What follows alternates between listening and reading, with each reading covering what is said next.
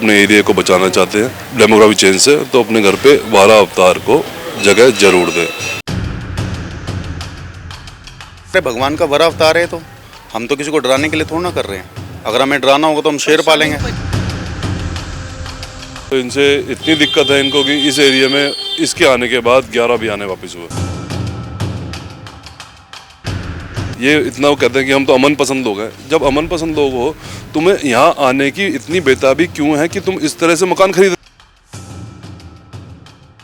कोई धमकी मिल रही है, कोई थ्रेट आ रहा है? देखिए, धमकी तो हमारे पूरे परिवार को है। हमारे काम धंधे को लेकर धमकी आई हुई है, मेरे बच्चे के ऊपर धमकी आई हुई है, मेरे ऊपर धमकी आई हुई है। इसी गली में बोला था कि लास्ट वाली बिल्डिंग ना कहीं पर ना आराधे होगा, उसे भेज दो। कि अगर इनको लगता है कि ये काम करके हमें डरा लेंगे, दबा लेंगे, तो इनकी बहुत बड़ी भूल है। नमस्कार, आप देख रहे हैं A to Z न्यूज। मैं हूं आपके साथ विनोद कुमार। दुनिया भर में कई मामले आते हैं जिसे सुनकर आप चौंक जाते हैं और वह मामला अपने आप में अद्वितीय होता है। कहा जाता है हिंदू धर्म में कि ब्राह्मण कितना भी गरीब हो जाए लेकिन वह सूअर नहीं पालता, यह कहावत है। वहीं दूसरी कहावत यह भी है कि मरता क्या नहीं करता। जी हाँ, इस वक्त हम दिल्ली के त्रिनगर में मौजूद है और आप देख सकते हैं ऊपर 12 अवतार भगवान का पोस्टर लगा हुआ है और नीचे है ब्राह्मण निवास। आप ये बोर्ड देख सकते हैं और यहाँ पे उसके नीचे एक पिंजरा है। ये पिंजरा में यहाँ पे जो 12 अवतार का रूप बताया जाता है हिंदू में, जिसे बोलचाल की भाषा में अभी सूअर कहते हैं। यहाँ पे सूअर के ये पिंजरा है, इसमें सूअर पाला गया था। ऐसे एक नहीं कई पिंजरे यहाँ पे आपको मिलेंगे जिसमें लोगों ने यहाँ पे सूअर पालना शुरू कर दिया। आखिर क्या है पूरा मामला, क्यों इन्हें सूअर पालने पे मजबूर होना पड़ा? दिल्ली जैसे शहर में आपने कुत्ते पालना या फिर गायों को रोटी डालना, गाय रखना, ये बातें तो आम है, लेकिन शहरों में या फिर आम घर में सूअर पालना आम नहीं है। क्यों यहाँ पे लोगों ने मजबूर होकर सूअर पालना शुरू किया? क्या है पूरा मामला? चलकर हम इनसे बात करेंगे और करते हैं तहकीकात। लगातार बने रहेगा हमारे साथ। नाम है आपका? मेरा नाम शुभम है जी। शुभम जी, कहते हैं ब्राह्मण सूअर नहीं पालते हैं, लेकिन ऐसा क्या हुआ कि दिल्ली में ब्राह्मण निवास के नीचे सूअर का पिंजरा और सूअर पालना पड़ गया? देखिए, ऐसी बात नहीं है। सूअर तो हमारे 12 अवतार, हमारे भगवान विष्णु के अवतार हैं। उनको पालने में हमें कोई दिक्कत नहीं है, हम तो उन्हें भगवान की तरह पूछते हैं। लेकिन मजबूरी ये है कि कुछ आपत्तिजनक लोग जो हमें परेशान कर रहे हैं, हमने उनसे अपनी सेफ्टी के लिए इनको पाला है ताकि वो हमें परेशान ना कर सके। किस तरह की परेशानी? सर देखो, आज पूरी दिल्ली में जहाँ तक देखा जाए हिंदू मुसलमान करा जा रहा है, ज़बरदस्ती हिंदुओं को तंग करा जा रहा है। कल भी सुल्तानपुरी से वीडियो आ रही है कि 3 हिंदू महिलाओं के कपड़े फाड़े गए हैं। कभी उत्तम नगर में तरुण हत्याकांड हुआ है। तो ये जगह जगह जो हिंदुओं को परेशान करा जा रहा है, इनको तकलीफ़ है। ये पहले हिंदुओं के इलाकों में आते हैं, उनके साथ दोस्ती करते हैं और उसके बाद उनको परेशान करके वहाँ से भगाते हैं। 90s में क्या हुआ था कश्मीर में? कश्मीरी पंडितों को जो मार के भगाया गया, उनके आपस में उनके पड़ोसी ही थे। मतलब इतनी घृणा हो चुकी है इनको हिंदुओं से, हिंदुत्व की सोच से।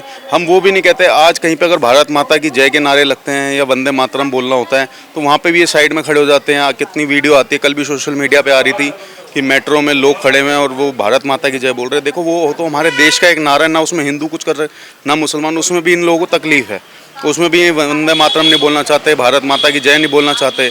तो मतलब ये क्या करना चाहते हैं? पाकिस्तान बनाना चाहते हैं हमारे हिंदुस्तान को।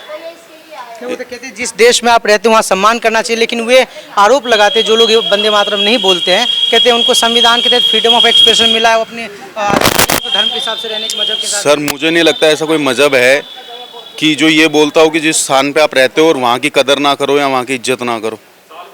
अगर कोई ऐसा मजहब में अगर वो ऐसा बोल रहा है तो वो उनको पागल बना रहा है। जो उनको अगर ये ऐसा भड़का रहा है तो वो गलत चीज़ है ना। अगर आप जहाँ पे रहते हो, अगर आप उसकी सम्मान नहीं कर सकते, उसका पूजा नहीं कर सकते, तो आप रहना बेकार है। तो इससे क्या फ़र्क पड़ा है जब से आपने सूअर पालना शुरू किया है, रखना शुरू किया? क्या फ़र्क पड़ा? देखिए, फ़र्क तो क्या है, ये तो हम अपने उसके लिए पाल रहे हैं। हमारे भगवान का 12 अवतार है, तो हम तो किसी को डराने के लिए थोड़ा ना कर रहे हैं। अगर हमें डराना होगा तो हम शेर पालेंगे। कोई कमी हुई है परेशानी? नहीं, देखिए परेशानी तो ऐसा है कि ये लोग करते रहते हैं कुछ ना कुछ। पहले भी इन्होंने इनको परेशान करा। हमारे कुछ जो पुराने अवतार थे उनको इन्होंने मार दिया, कोई जहर दे के या किसी चीज़ से। और अब हम दोबारे उनको लेके आए हैं ताकि हम उनकी दोबारा से पूजा कर सकें। हमारा और कोई उद्देश्य नहीं है। आस्था के विषय और भारतीय संविधान में कहा जाता है कि आप अपने हिसाब से रह सकते हैं, तो अगर हमारी आस्था है सुअर पालने में तो हम पाल सकते हैं। सर इनका कहना है। जी सर, परिचय देते हुए बोलिए। सचिन शर्मा। जी सचिन जी, क्या कहना चाहेंगे? कहते हैं एक गांव देहात में कहावत, इधर आ जाइए सर, उधर धूप है, कि ब्राह्मण आमतौर पे बोलचाल की भाषा में कहते हैं, कहावत है कि ब्राह्मण गरीब हो जाए लेकिन वो सुअर नहीं पालते हैं, लेकिन वहीं पे आस्था अपनी जगह पे है। तो फिर ऐसी क्या हुई, इतने सालों से आप लोग यहाँ पे रह रहे हैं, लेकिन अगर आप 12 अवतार के रूप में इन्हें पूजना शुरू किया तो अभी क्यों शुरू किया? देखिए 12 अवतार जो है पहले ही पूजे जाते थे। ये नैरेटिव होता है कि ब्राह्मण ने ऐसा कह दिया, ब्राह्मण ने ऐसा वैसा कह दिया। मैं भी ब्राह्मण हूँ, ऐसा कुछ नहीं है कि जो है 12 अवतार को हम नहीं रख सकते। हमें जो है अपने घर में शांति के लिए, सुख समृद्धि के लिए जाप के लिए लेके आए थे। ठीक है, जब हम जाप के लिए लेके आए तो इसकी कंप्लेंट होनी शुरू होगी अब्दुल बारी के थ्रू।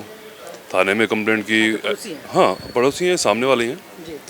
थाने में भी कंप्लेंट की उन्होंने एनजीओ में भी कंप्लेंट की, उन्होंने एमसीडी में भी कंप्लेंट की। सबसे हमें लेटर आए थे, तो हमें तब पता लगा कि ये जो है इनसे दिक्कत करते हैं। और जब इनसे दिक्कत करते हैं तो इनसे इतनी दिक्कत है इनको कि इस एरिया में इसके आने के बाद 11 भी आने वापस हुए मॉमडोनों के।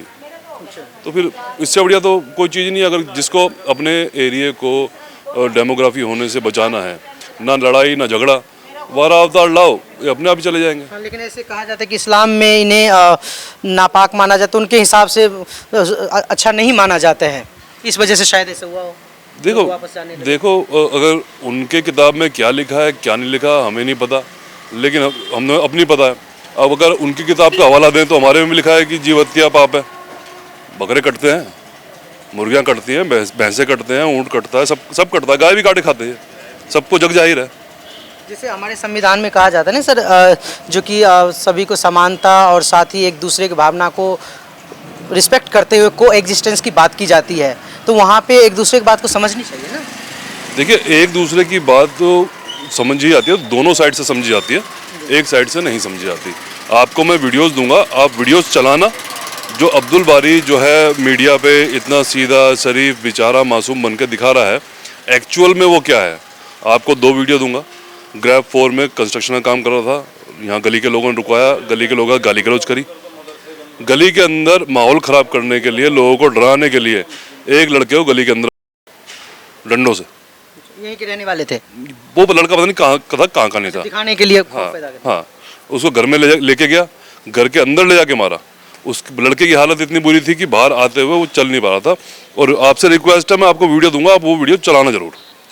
ठीक है, दूध का दूध पानी का पानी हो जाएगा। जो इतना सीधा शरीफ बन के दिखा रहा है वो एक्चुअल में है क्या। तो ऐसे लोगों को हम अपने बीच में रहने की इजाज़त कैसे दे दें।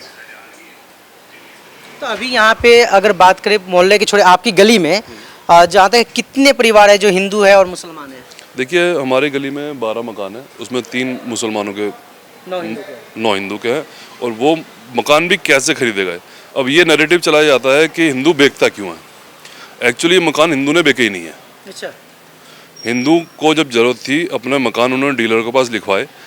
डीलर उसने स्पेशल बोला कि मैं अपना मकान मोमडन को नहीं दूंगा, कोई हिंदू हो तो बताना। जो इनका पुराना ओनर था। हाँ, तो डीलर ने 420 क्या की कि उसने उनके नाम रजिस्ट्री करवाई, बाकायदा रजिस्ट्री में पैसे खर्च हुए उसके, और पोजीशन लेने के बाद उसके बाद मोमडनों को बेचा, चेन बना करके। अब इतना पैसा रजिस्ट्री 2 बार हुई है, अब इतना फालतू पैसा क्यों खर्च कर रहे हैं। अगर इतने सीधे शरीफ हैं, ये इतना वो कहते हैं कि हम तो अमन पसंद लोग हैं। जब अमन पसंद लोग हो, तुम्हें यहाँ आने की इतनी बेताबी क्यों है कि तुम इस तरह से मकान खरीद रहे हो। तो भाईचारा की बात करते हैं, फालतू पैसे खर्च करके 2 बार एक ही मकान की 2 बार रजिस्ट्री करवा के तुम मकान खरीद रहे हो, क्यों खरीद रहे हो। तो इससे तो इनका माइंडसेट साफ झलकता है ना कि हाँ ये डेमोग्राफी चेंज के लिए ही आ रहे हैं स्पेशली। तो इस चीज़ से ये चीज़ क्लियर आती है। और 1.5 साल के आंकड़े उठा के देखेंगे तो मोस्टली मकान इसी तरीके से बिके हैं। एक मकान मुसलमान को मकान लेने के लिए एक ही मकान की रजिस्ट्री 2 बार करवानी पड़ी है, एक बार हिंदू के नाम से, फिर उसके बाद मोमडन के नाम से। आप लोग डीलर को नहीं बोलते कि हमारे एरिया में आप ऐसे करें? डीलर भी तो हिंदू ही है। डीलर को हमने बोला है, कम है, सब कुछ दे रखी है, लेकिन बात क्या उठती है कि प्रशासन के हाथ भी यूँ बन जाते हैं कि डेमोग्राफी चेंज के लिए कोई कानून ही नहीं है। हम डीलर को बोला है, उन्होंने जितने भी डीलर हैं अब मीडिया में आने के बाद सबने आश्वासन दिया है कि हम इस तरह का काम नहीं करेंगे। पहले मजहब को देखते हैं, उसके बाद अपनी कमाई और बाकी चीज़ देखते हैं। तो क्या हिंदू कमाने के चक्कर में अपने धर्म को भूल जाते हैं? नहीं, ऐसा बिल्कुल नहीं है। देखिए, हिंदू को तोड़ने के लिए, बांटने के लिए नैरेटिव सेट किया जाता है। हिंदू पूरा सशक्त है, अपने धर्म के लिए भी, अपने काम के लिए भी, ठीक है। हिंदू एकजुट भी है, सब कुछ है, लेकिन क्या है, कुछ एक लोग जो है नैरेटिव सेट करने के लिए ऐसे बयानबाजी करते रहते हैं कि हाँ हिंदू बटा हुआ है। ऐसा कुछ नहीं है कि हिंदू बटा हुआ है। इन तरह की जो समस्या आप बात करते हैं डेमोग्राफिक चेंज की, भारत में देखा भी जा रहा है कुछ स्टेट्स में, चाहे वो कश्मीर का मामला हो या फिर केरला की मामला हो या फिर बंगाल की बात की जाए, तमाम तरह की, या फिर जब हमारे आस पास में दिल्ली में ऐसी चीज़ें हो रही है, तो इसका हल क्या हो सकता है?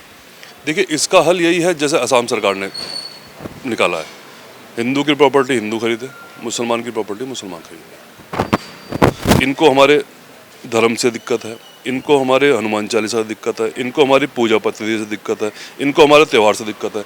जब इनको हमारी हर चीज़ से दिक्कत है तो इनको हम लोगों के बीच में आगे रहना क्यों है, किस लिए रहना है?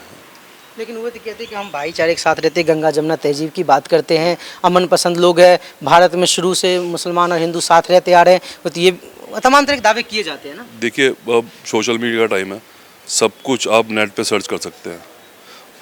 आज़ादी से लेकर अब तक कितने दंगे हुए हैं, क्यों हुए हैं, कश्मीर से हिंदू का प्लान क्यों हुआ है, ठीक है, राम मंदिर का मुद्दा क्या था, और यूपी में जितने दंगे हुए हैं किस वजह से हुए?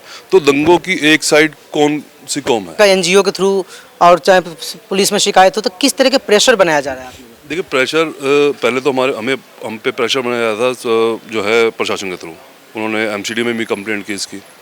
अब हमने अपने घर के आगे पाला है, पिंजरे में है, पंखे का लगा, अभी गर्मी इतनी नहीं है, पंखा लगता था यहाँ पे, लाइट है, पानी वानी, साफ़ सफाई सब। हमने सफाई के लिए एक बंदे को अपॉइंट किया हुआ था, सुबह रोज़ सफाई होती थी, पूरा हाइजीन का ध्यान है, वैक्सीनेशन का भी ध्यान है। अब सामने रहने वाले बंदे को क्या दिक्कत है इससे, उसका घर के आगे तो बांधा नहीं हमने। अब वो कंप्लेन कर रहा है, जो हर हफ्ते बकरा काट के खाता होगा, वो कहता है कि एक जीव को परेशान कर रहे हैं। ये इससे बड़ी हंसी की बात हो सकती है? अच्छा, वो ये कह रहे क्रूएलिटी के ऊपर आप हाँ, जीव को परेशान कर रहे हैं, और सबसे बड़ी क्रूएलिटी तो नहीं करते हैं जानवरों के साथ।